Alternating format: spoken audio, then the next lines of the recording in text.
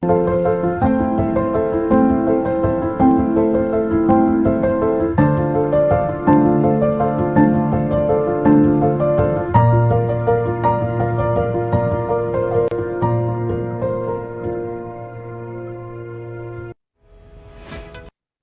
terhormat Dr. Muhammad Nur Hadi Rahman, spesialis obstetri ginekologi, subspesialis uroginekologi, rekonstruksi estetik. Yang terhormat Dr. Anis Widiasari, spesialis obstetri ginekologi.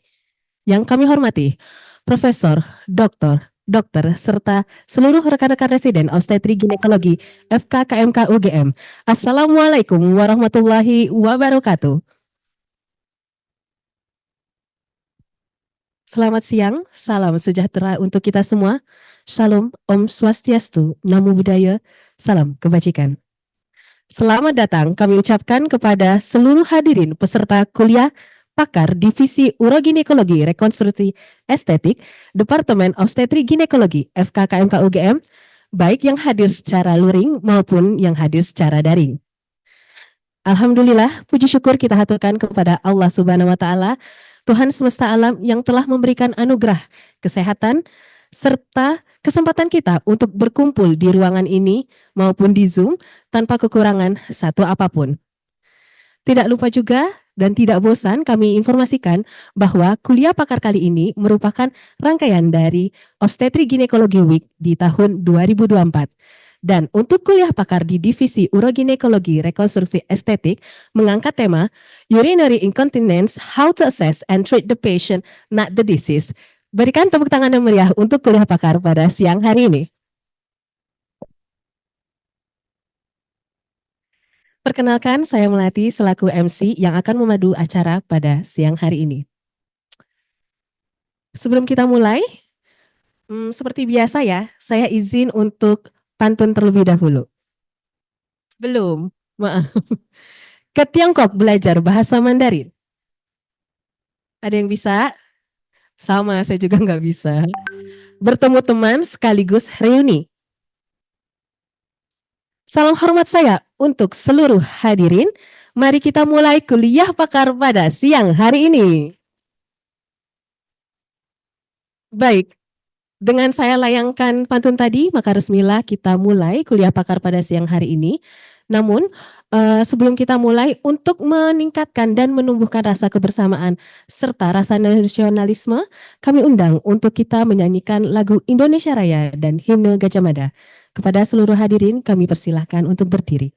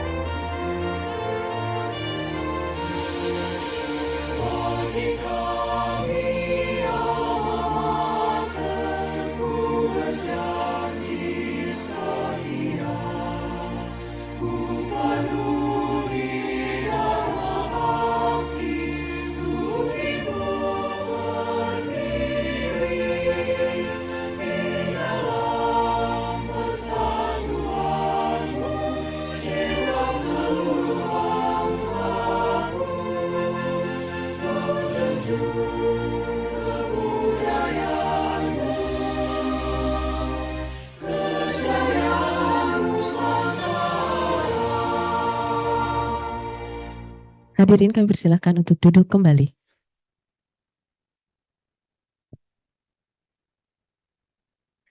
Selanjutnya, memasuki acara inti pada kuliah pakar siang hari ini, sekali lagi yang mengangkat tema urinary incontinence, how to assess and treat the patient, not only the disease. Nah, sebenarnya inkontinensi urin ini sendiri mungkin merupakan masalah umum yang diperkirakan sering terjadi dan menimpa baik jutaan orang ya dok ya di dunia ini. Nah, dulu awalnya mungkin sering sekali terkena kepada usia dewasa tua. Namun saat ini juga banyak mempengaruhi dewasa muda. Sehingga otomatis akan berdampak signifikan terhadap kesehatan dan kualitas hidup. Nah, kita sebagai dokter dan nanti menjadi dokter spesialis penting untuk menangani. Disinilah kuliah pakar dari para ahli untuk mengajarkan kita bagaimana tidak hanya mengobati penyakitnya, tapi holistik mengobati pasiennya. Tanpa berpanjang lebar lagi, saya perkenalkan terlebih dahulu moderator kita pada siang hari ini. Beliau adalah Dr. Anis Widyasari, spesialis obstetri ginekologi. Beliau meluluskan dan menamatkan pendidikan S1 beliau, profesi serta PPDS 1 beliau di Gajah Mada, dan saat ini beliau sedang menjalani PPDS 2 beliau untuk divisi uroginekologi, rekonstruksi, dan estetik. Beliau juga aktif di berbagai organisasi, antara lain IDI, POGI, IUGA, yaitu International Urogynecology Association, beserta Kalogama. Baik, langsung saja kita undang kepada moderator kita, Dr. Anis Widyasari, spesialis obstetri dan ginekologi. Kami persilahkan, dokter. Berikan tepuk tangan yang meriah.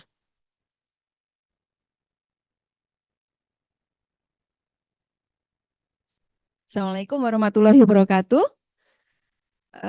Selamat siang kepada semua hadirin. Di sini ada guru, kemudian senior, teman sejawat, teman-teman residen, dan adik-adik dokter muda yang baik yang bergabung di secara luring maupun daring. Siang hari ini kita akan bersama-sama mengikuti kuliah pakar dari Divisi Uroginekologi dan Rekonstruksi yang akan disampaikan oleh Dr. Nur Hadi Rahman. Beliau akan kupas tuntas mengenai inkontinensia urin, ya, seperti yang tadi sudah disampaikan oleh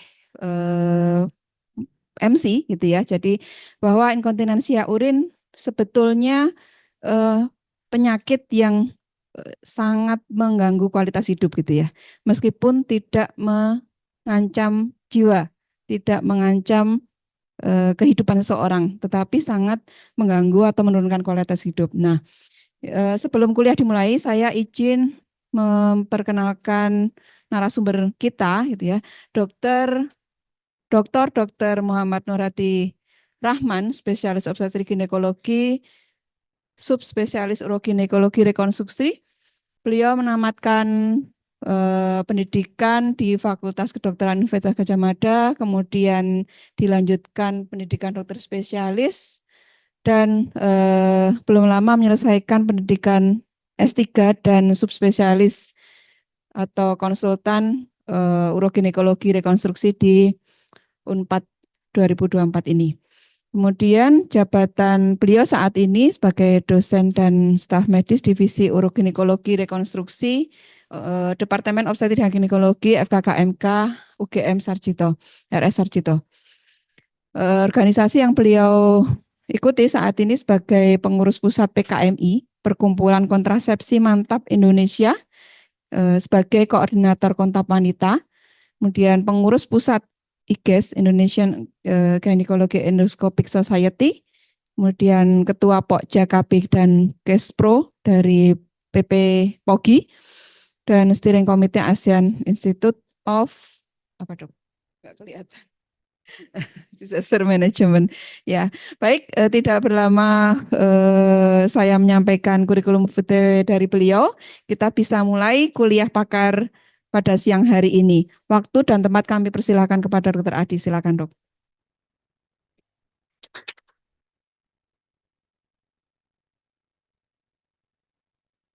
Ya, terima kasih Dr. Anis.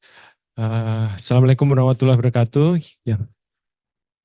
Yang saya hormati Profesor Dokter teman sejawat, teman-teman residen, dokter muda, koas ya, mahasiswa kedokteran dan semua yang mengikuti acara pada siang hari ini.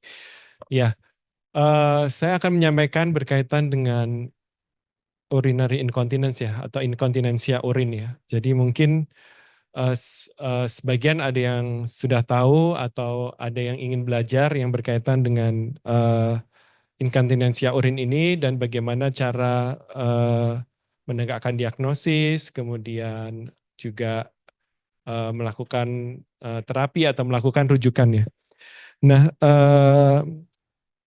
yang mungkin ya berbeda dengan sudut pandang profesi yang lain, kalau di bidang uroginekologi itu kita intinya adalah kualitas hidup perempuan ya, kualitas hidup. Nah, jadi mungkin beda ya kalau misalnya di terapi-terapi yang lain kita akan mengikuti hal yang pasti gitu ya. Nah, di sini mungkin memang ada hal yang pasti, tapi itu nanti semua dikembalikan kepada pasien ya setelah mungkin ada beberapa opsi. Contohnya ya, misalnya kita sering bertemu dengan kondisi-kondisi prolaps ya, prolaps uteri gitu ya, yang derajatnya ringan sedang gitu ya. Buat sebagian orang ringan sedang itu mungkin grade 2 ya, grade 2 itu tidak ada masalah, dia nggak ada keluhan dengan itu ya. Ketika tidak ada keluhan maka kita tidak melakukan apapun ya. Jadi kita hanya memberikan edukasi yang berkaitan dengan bagaimana cara menguatkan otot dasar panggul dan cara-cara konservatif yang lain. Tapi ada beberapa yang lain merasa terganggu dengan itu ya. Jadi ada beberapa opsi, kita misalnya menyampaikan pilihan untuk tindakan operatif ya, sehingga itu bisa dikerjakan untuk menghilangkan benjolan tersebut, itu tergantung kembali kepada masing-masing. Nah, itulah yang nanti di sini bagaimana kita mengobati pasien ya, bukan penyakitnya ya. Jadi kita memang di sini holistik ya jadinya ya. Nah, bentar. Ini kemana ya? Sana ya? Ke bawah ya? Ya, yang pertama itu apa itu inkontinens urin, jenis-jenis dan mungkin patofisiologi, tapi saya nggak akan membahas patologi secara detail ya, karena audiensnya cukup bervariasi, sehingga saya mencoba untuk menyampaikan dengan semudah mungkin. Ya, jadi apa yang dimaksud dengan inkontinensia urin? Ini adalah proses keluarnya urin secara involunter ya. Jadi itu secara tidak disengaja ya. Jadi tidak bisa menahan, intinya tidak bisa menahan buang air kecil ya. Dan inkontinensia urin ini bisa mempengaruhi kualitas hidup ya, quality of life ya. Ya contohnya mungkin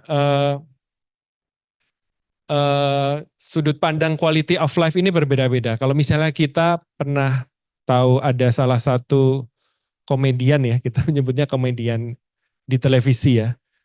Nah, kita sering mungkin tidak paham bahwa itu adalah suatu kondisi penyakit ya. Jadi misalnya dia selalu diledek oleh teman-teman komedian yang lain, dia tertawa terus ngompol ya. Dia tertawa terus ngompol gitu ya. Kalau pernah tahu mungkin siapa namanya ya.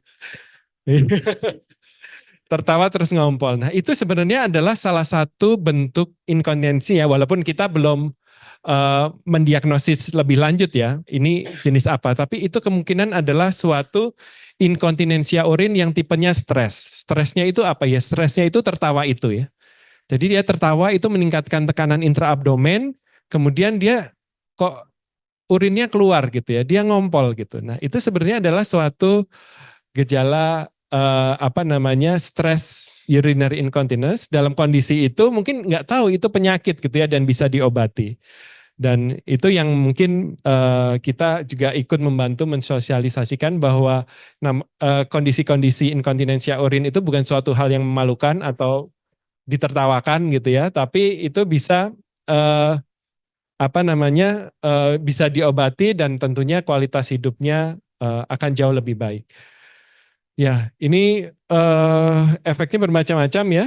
Jadi bisa misalnya tadi kalau terlalu sering buang air kecil gitu ya juga akan bisa terjadi jamur dan yang lain. Ini beberapa faktor risiko ya. Dari mulai faktor usia, kemudian paritas ya, jumlah anak yang melahirkan, kemudian riwayat keluarga ya. Apakah ada yang mengalami seperti itu aktivitas fisik, high impact exercise ya terkait dengan peningkatan risiko inkontinensia urin, merokok, riwayat operasi panggul gitu ya atau pelvis ya yang di area pelvis dan beberapa penyakit komorbid seperti obesitas, DM, konstipasi, kemudian juga chronic respiratory disease yang dia sering batuk gitu ya, itu juga bisa menyebabkan sebagai salah satu faktor risiko inkontinensia urin. Nah ini ya, yang tadi saya sampaikan itu yang terkait dengan komedian tadi yang kok ngompol gitu ya. Ini masuk ke kemungkinan besar ya, karena kan harus ada pemeriksaan lebih lanjut. Itu masuk ke stress urinary incontinence ini ya. Ya, jadi high abdominal pressure ya dengan tertawa, dengan batuk. Bahkan ada beberapa yang aktivitas olahraga seperti main tenis itu ya, ketika sedang memukul bola gitu kan itu meningkatkan tekanan intraabdominal, tahu-tahu ngompol gitu. Itu bisa adalah suatu kondisi stress urinary incontinence. Kemudian ada yang namanya urgency urinary incontinence. Saya pengen tanya nih, mungkin ada yang bingung ya. Urgensi itu apa? Ada yang bisa menjawab urgensi dengan bahasa awam? Yang mau ujian mungkin. Ada yang bisa menjelaskan?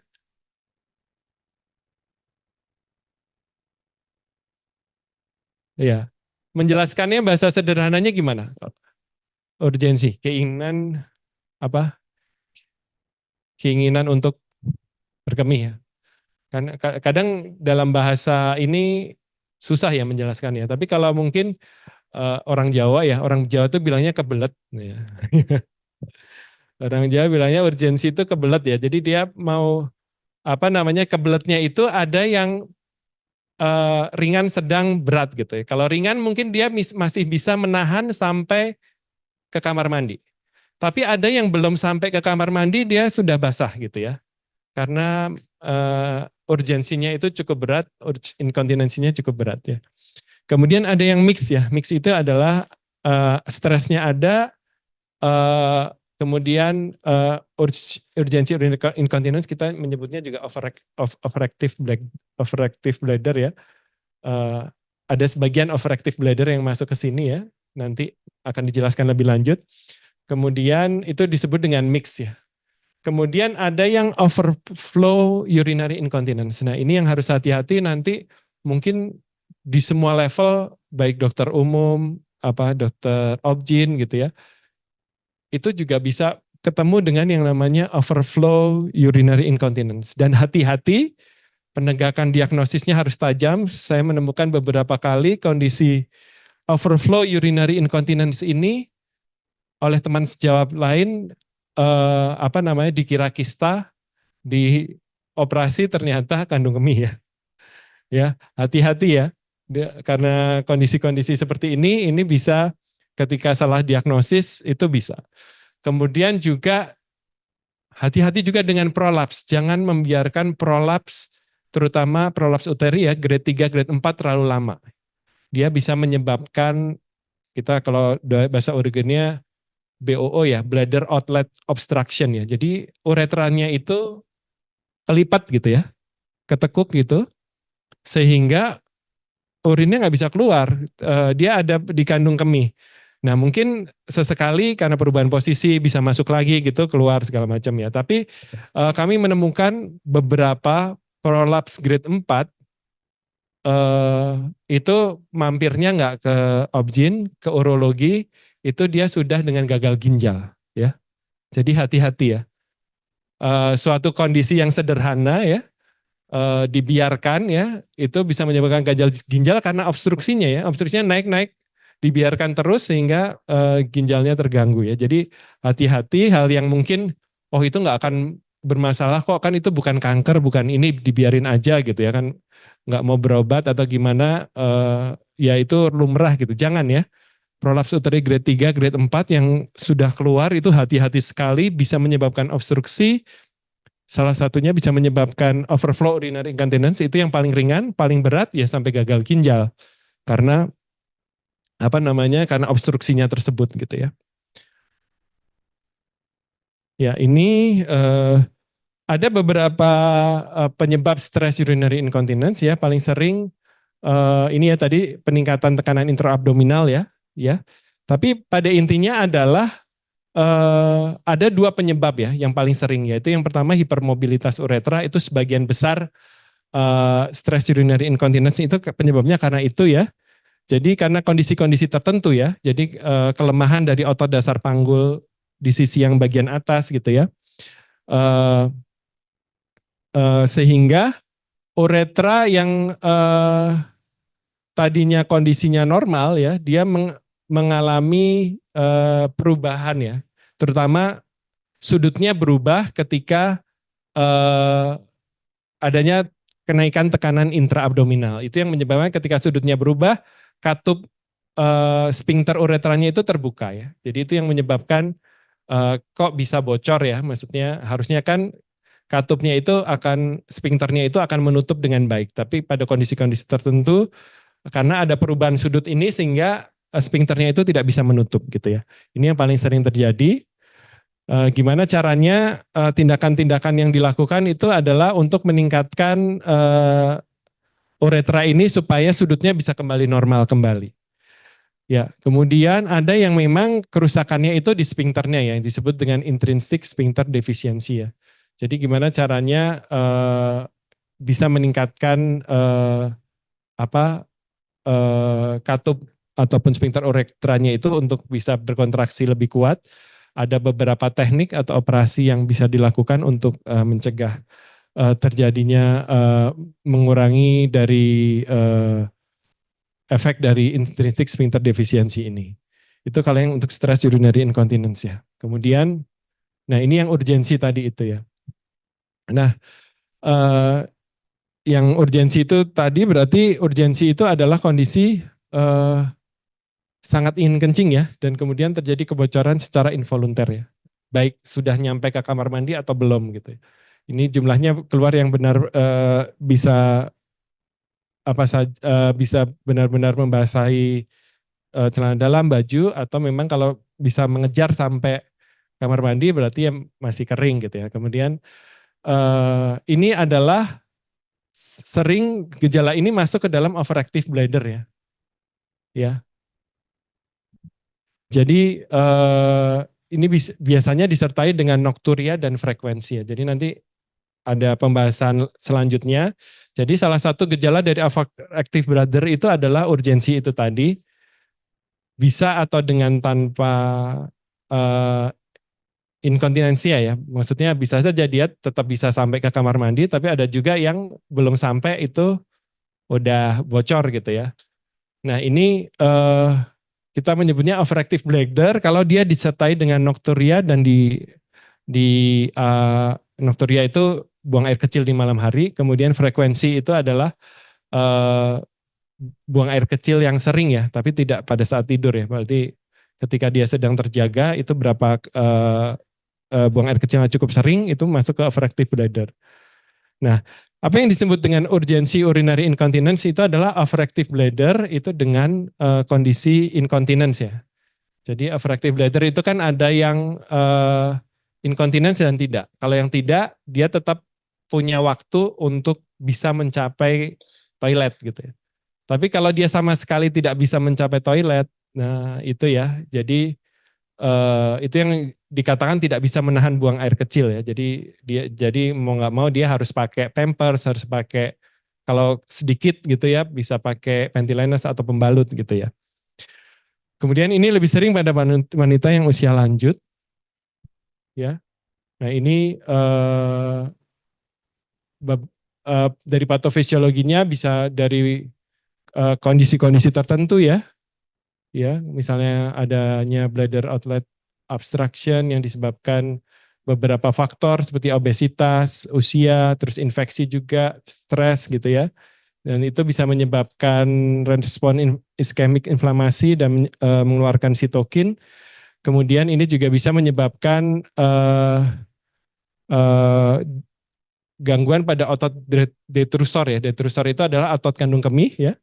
Bisa juga persyarafannya mengalami hypersensitivity ya, sehingga menyebabkan detrusor, otot detrusor itu mengalami overactivity. Dia lebih aktif daripada biasanya gitu. Sehingga tadi terjadi namanya overactive bladder. Ya, ini yang mix kalau ada campuran gejala ya. Kemudian yang ini adalah overflow urinary incontinence yang tadi sudah disampaikan ya. Nah, ini untuk overflow ini nanti juga kita bisa salah satunya bisa ketemu di anamnesis ya. Di anamnesis itu kalau ada dua macam overflow urinary incontinence ini yang paling sering. Yang pertama adalah karena obstruksi ya. Karena obstruksi itu bisa karena misalnya ada prolaps itu tadi ya, prolaps uteri. Kemudian bisa saja disebabkan oleh adanya miom ataupun ini yang menyebabkan perubahan sudut dari uretra ataupun penekanan pada kandung kemih sehingga mengalami obstruksi. Bisa juga kalau kita sering menemukan pada postpartum kala 2 lama ya, kadang dia mengalami retensio urin ya. Nah itu salah satunya juga karena obstruksi ya. Ini yang itu salah satu overflow. Dan biasanya nyeri dan perlu mengejan. Jadi kalau kita ada postpartum, kok kalau pipis dia harus mengejan gitu ya, karena dia ada inflamasi di sekitar uretra, sehingga dia uretranya itu sempit karena inflamasi, karena dia proses skala 2 lamanya ya. Jadi dia harus mengejan, nyeri. Itu adalah tanda-tanda awal obstruksi. Tapi ada yang berikutnya adalah yang bukan obstruksi, tapi memang kandung kemihnya itu nggak mau kontraksi. Itu kalau tadi overactive bladder itu adalah detrusor overactivity. Jadi otot detrusornya atau otot vesika urinarinya itu dia kontraksi lebih cepat dari biasanya ya. Baru terisi sedikit sudah kontraksi. Jadi dia menjadi frekuensi. Jadi buang air kecilnya sering. Kalau pada kondisi yang overflow urinary incontinence ini yang bukan obstruksi itu namanya detrusor underactivity. Jadi karena misalnya ada gangguan sistem persyarafan atau seperti apa sehingga si vesika urinaria atau otot detrusornya itu malas berkontraksi. Ya, tapi nggak ada obstruksinya, ya dia malas aja gitu karena banyak faktor. Bisa karena memang persyarafan atau hal-hal yang lain yang bisa menyebabkan dia nggak mau kontraksi. Ya, jadi itu hal-hal pembagian besarnya jenis-jenis untuk inkontinensianya. Ya. Ini patofisiologinya ya, ini ya ada dua, ada detrusor underactivity dan bladder outlet obstruction ya. Jadi yang detrusor underactivity tadi bisa karena kondisi-kondisi tertentu seperti misalnya di sini disebutkan kerusakan persyarafan ya, neuropati perifer bisa DM, defisiensi B12, alkohol. Kemudian kalau yang bladder outlet obstruction tadi itu yang karena obstruksi adalah kompresi eksternal dari uretranya, dari prolaps, fibroid atau miom dan yang lain. Kemudian ya ini ya. Kita kembali ke sini treat the patient not the disease principle ya. Jadi kita tuh arahnya memang individual ya, namanya pengobatan ini individual, berarti kita harus benar menggali penyebab-penyebabnya karena kalau misalnya di bidang uroginekologi itu tidak hanya faktor organik ya, tapi juga bisa faktor psikologis, faktor psikis yang menyebabkan dia mengalami gejala tersebut gitu ya. Jadi memang kita harus melihat individu itu secara keseluruhan. Kemudian jadi kita menempatkan bahwa setiap pasien itu unik ya. Dan bagaimana kita bisa memberikan terapi yang personalized ya kepada pasien tersebut gitu ya. Ya ini bedanya disease center care sama patient center care ya. Jadi di mana kita tidak serta-merta mengobati penyakitnya saja, tapi mengobati pasiennya itu secara individual dan memang di sini memang harus kita intinya harus banyak berkomunikasi ya, berkomunikasi dan menggali ada faktor-faktor lain nggak yang bukan hanya karena faktor organik tapi juga faktor-faktor psikis, psikologis gitu ya.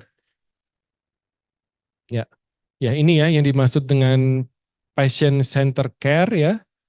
Jadi memang dia kita nggak mengobati sendiri, mungkin bisa datang bersama-sama dengan pasangan atau keluarganya, kemudian kita transparan dalam menjelaskan ya.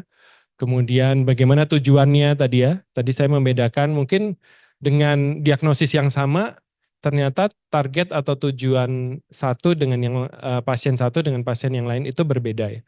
Dan kalau dari bidang uroginekologi kita lebih mementingkan quality of life ya, sehingga tadi akan berbeda ya. Mungkin beberapa pilihan itu nanti akan kita kembalikan lagi ke pasien kita ya. Jadi misalnya dari rentang misalnya pengobatan prolaps itu bisa dari pesarium gitu ya, sampai ada kondisi dikembalikan tapi uterusnya masih ada gitu ya, misalnya pada kondisi-kondisi prolaps kita bisa melakukan namanya sacrohydropeksi gitu ya. Jadi kita menggantung ke atas atau kita akan melakukan tindakan misalnya sampai dengan histerektomi ataupun yang lain. Nah, itu kan sebenarnya keputusan itu ada di pasien kita.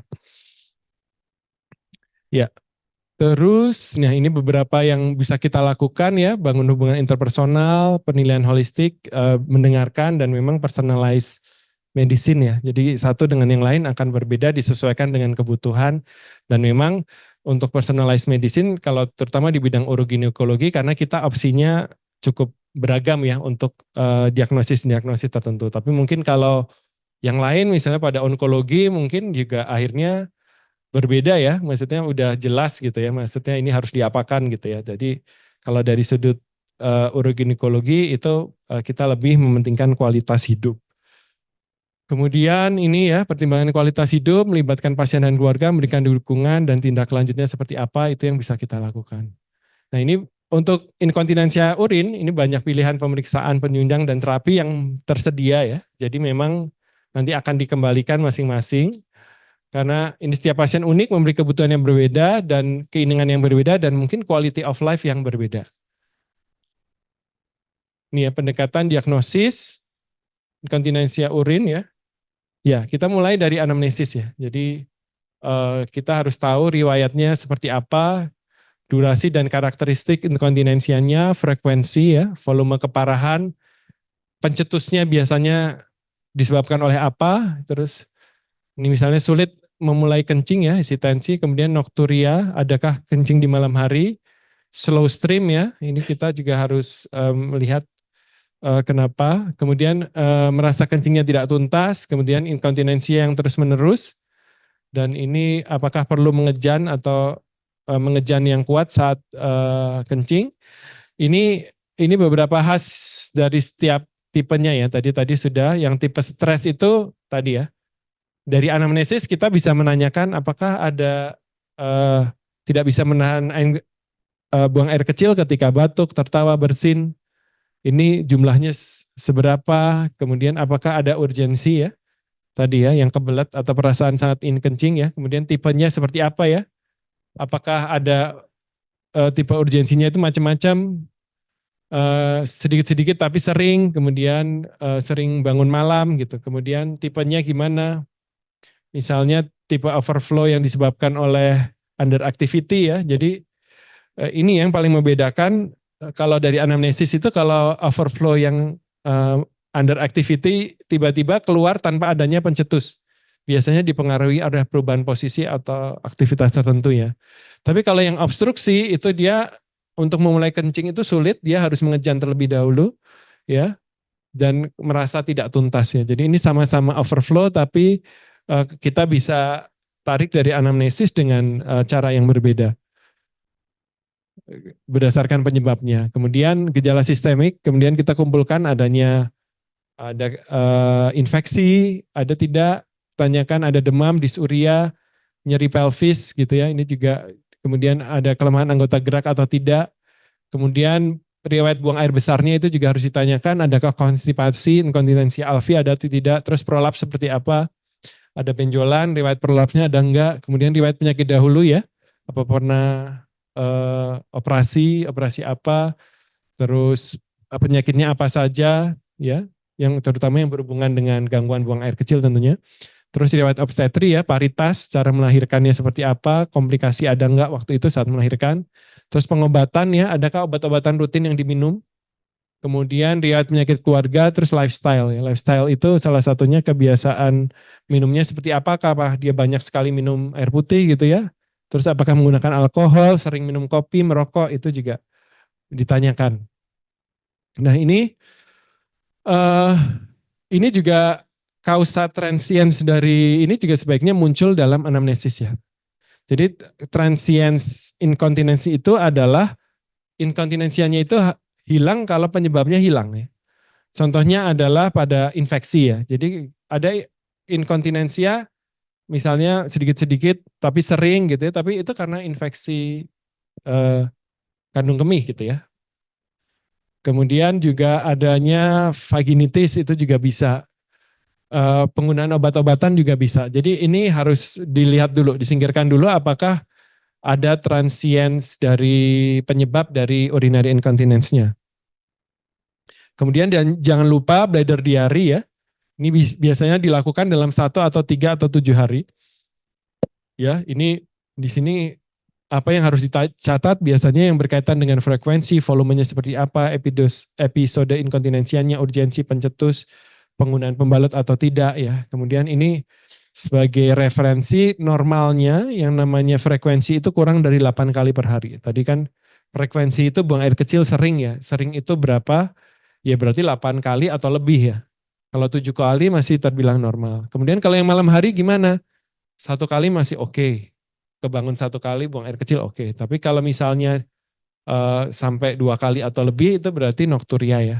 Kemudian total volume ya yang direkomendasikan ya 1.800 ml per 24 jam ya, kurang dari itu.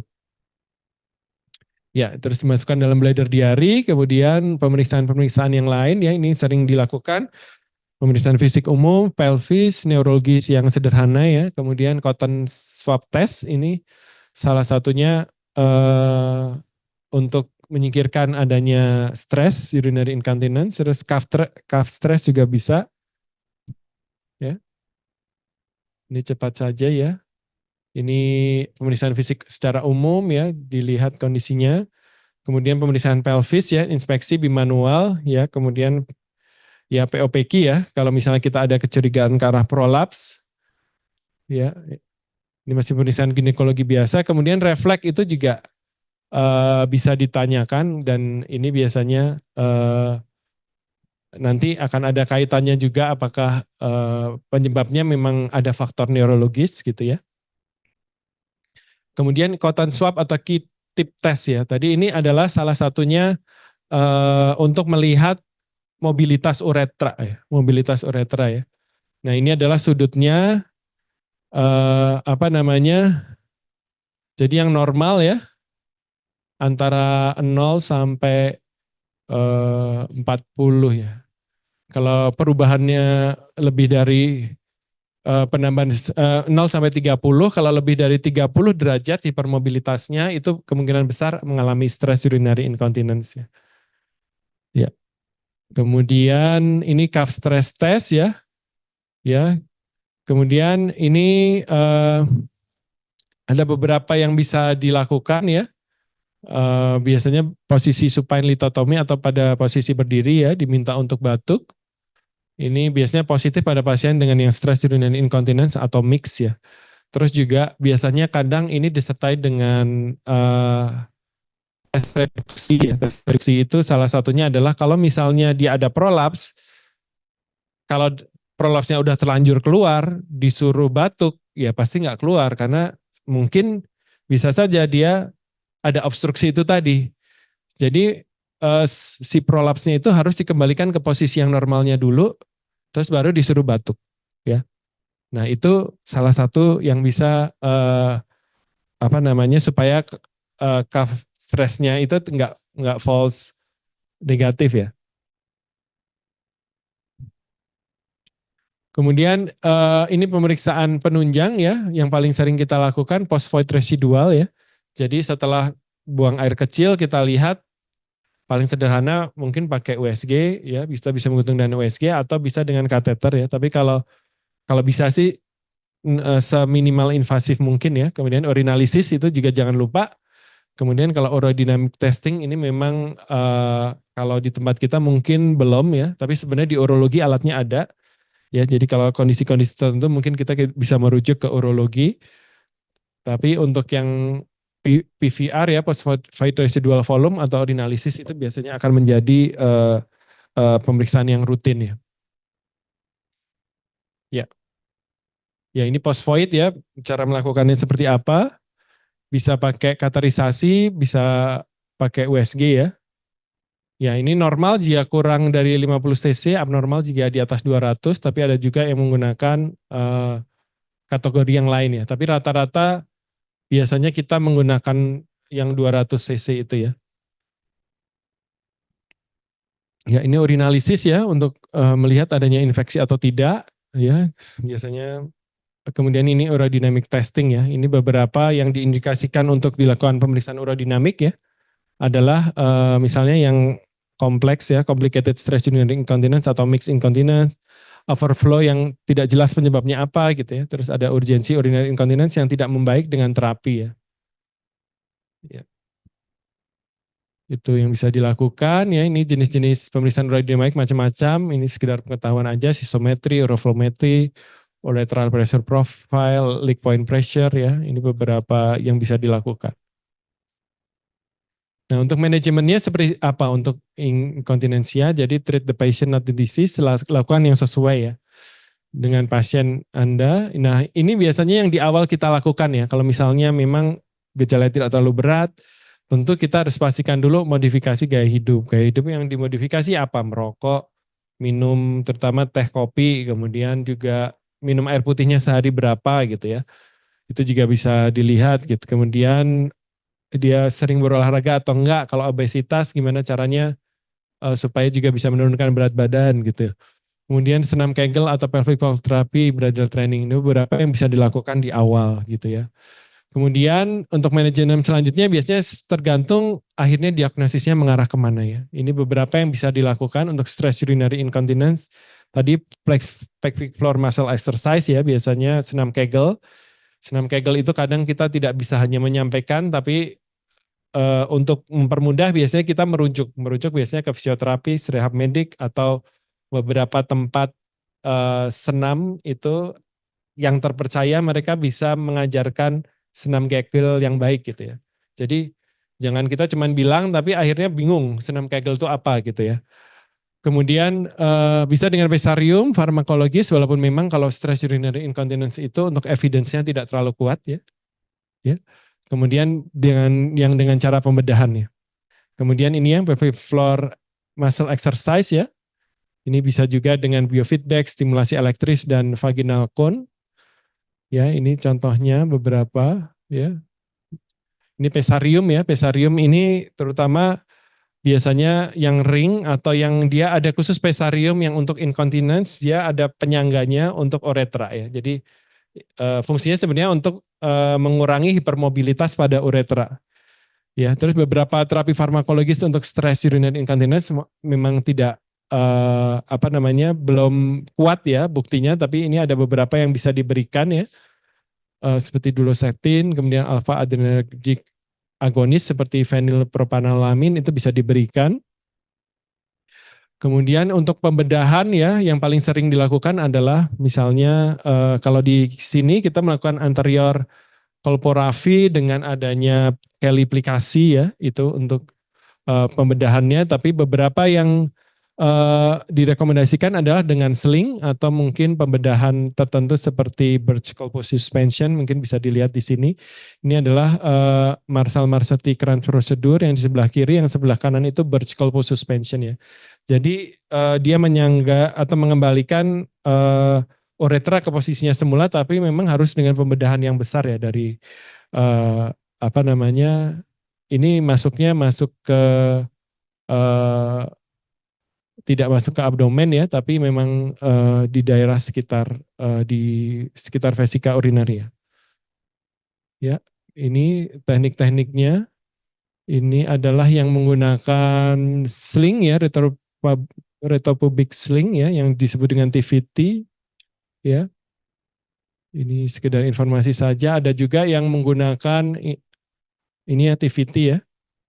Ya, jadi dia menyangga uretra. Nah, ini kalau TVT kelebihannya salah satunya selain bisa menyangga uretra yang karena faktor hipermobilitas, bisa juga untuk yang ada ISD-nya, itu bisa dengan TVT.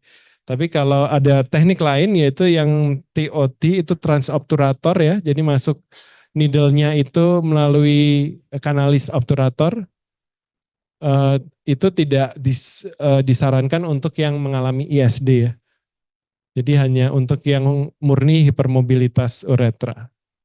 Ya, ini tekniknya ada yang jarumnya dari luar, ada yang masuk jarumnya dari dalam ya, atau yang jarumnya dari luar namanya TOT, transobturator tip. Kalau yang dari dalam, maksudnya dari dalam vagina itu TVTO ya, TVT obturator ya. Jadi dia masuknya terbalik. Ya ini beberapa manajemen OA.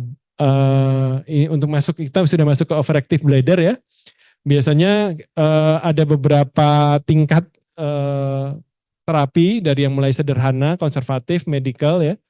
Kemudian setelah itu bisa dengan menggunakan obat-obatan yang paling sering diberikan adalah antikolinergik, ya, antimuskarinik, dengan beta-3 agonis ya. Itu yang paling sering diberikan. Kalau misalnya tidak bisa, bisa dengan third line. Third line itu ada yang paling sering dikerjakan itu adalah penyuntikan botok di vesika urinaria. Ya, ini konservatif ya, konservatif marginal tentu dengan cara-cara modifikasi gaya hidup gitu ya. Ya, kemudian juga kita pastikan ada obat-obatan enggak yang menyebabkan terjadinya overactive bladder, itu kalau bisa obat-obatannya dikurangi atau dihindari. Kemudian ini beberapa yang sebaiknya dirujuk ya, mungkin cepat saja. Ya, misalnya malah ada hematuri, ada rekuren untuk urinary tract infection ya. Nah ini ya, second line-nya yang paling sering diberikan adalah anti-muscarinic drug ya, yang paling sering dan ada di Indonesia sebenarnya yang paling sering diberikan ini dua ini ya, solifenasin ya. Mungkin di teman-teman di Poli sering memberikan, saya nggak nyebutin mereknya, tapi sering diberikan ya. Tolterodin juga, walaupun ini lebih jarang, yang paling sering kita gunakan itu menggunakan solifenasin ya. Kemudian juga itu bisa juga dikomunikasikan dengan beta-3 agonis. Oh, nggak mau gerak. Ya. Kemudian minimally invasive intervention tadi bisa pakai injeksi botox ya, sacral neuromodulation, PTNS. Ini yang paling sering kita lakukan adalah yang masih bisa dikerjakan oleh dokter urogin, biasanya yang intradecussor injection ya. Ya ini cara penyuntikannya, penyuntikan botok ya. Mungkin cepat saja.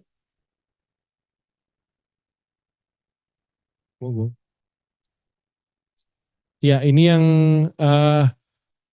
apa namanya, yang sacral neuromodulation itu kayak semacam implan ya, implan yang ditanam gitu ya. Tapi memang di sini tidak ada ya, dengan cara pembedahan. Kemudian dengan PTNS, posterior tibial nerve stimulation ya.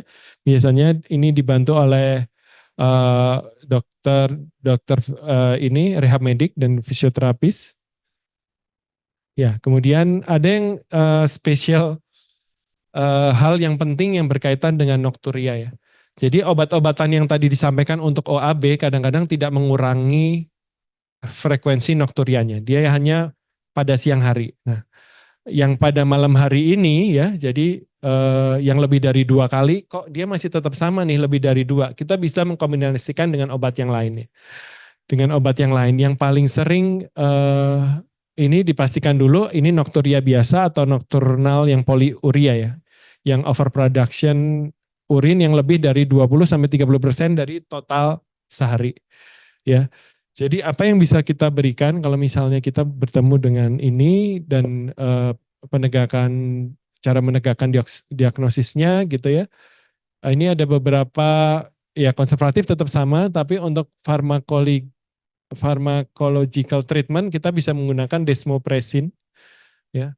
Kalau di Indonesia mungkin ada, coba cari saja desmopressin, tapi kita adanya yang dosis tinggi ya, itu bisa diberikan tapi pemberiannya harus hati-hati ya. Yang dosis tinggi itu yang 1 atau 2, 0,1 atau 0,2 miligram ya. Sebenarnya yang direkomendasikan itu cuma seperempatnya ya. 0,25 miligram, 0,025 miligram ya, atau 25 mikrogram. Ya, ini yang bisa diberikan dan dengan kombinasi ini akan cukup baik untuk menghilangkan kondisi nokturianya tersebut.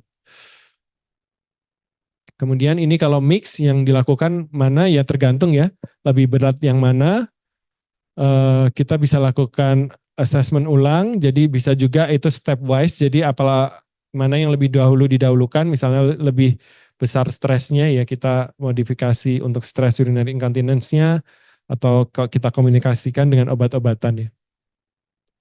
Ya, ini manajemen overflow ya, jadi tadi tergantung penyebabnya. Ya, bisa karena kalau bladder outlet obstruction ya ada prolaps atau sistacle diperbaiki, detrusor under activity. Ini bisa dengan faktor risiko. Kalau memang tidak ada lagi yang bisa dilakukan, biasanya self catheterization. Jadi diajarkan gimana caranya melakukan kateterisasi mandiri. Biasanya dengan female catheter ya, female catheter yang sekali pakai buang. Kemudian ada chronic urinary retention, ya ini juga clean intermittent catheterization bisa dipertimbangkan. Kemudian ada yang organic incontinence, ini sacral nerve stimulation, ini bisa dipertimbangkan. Itu mungkin ya. Terima kasih. Kurang lebihnya mohon maaf. Assalamualaikum warahmatullahi wabarakatuh.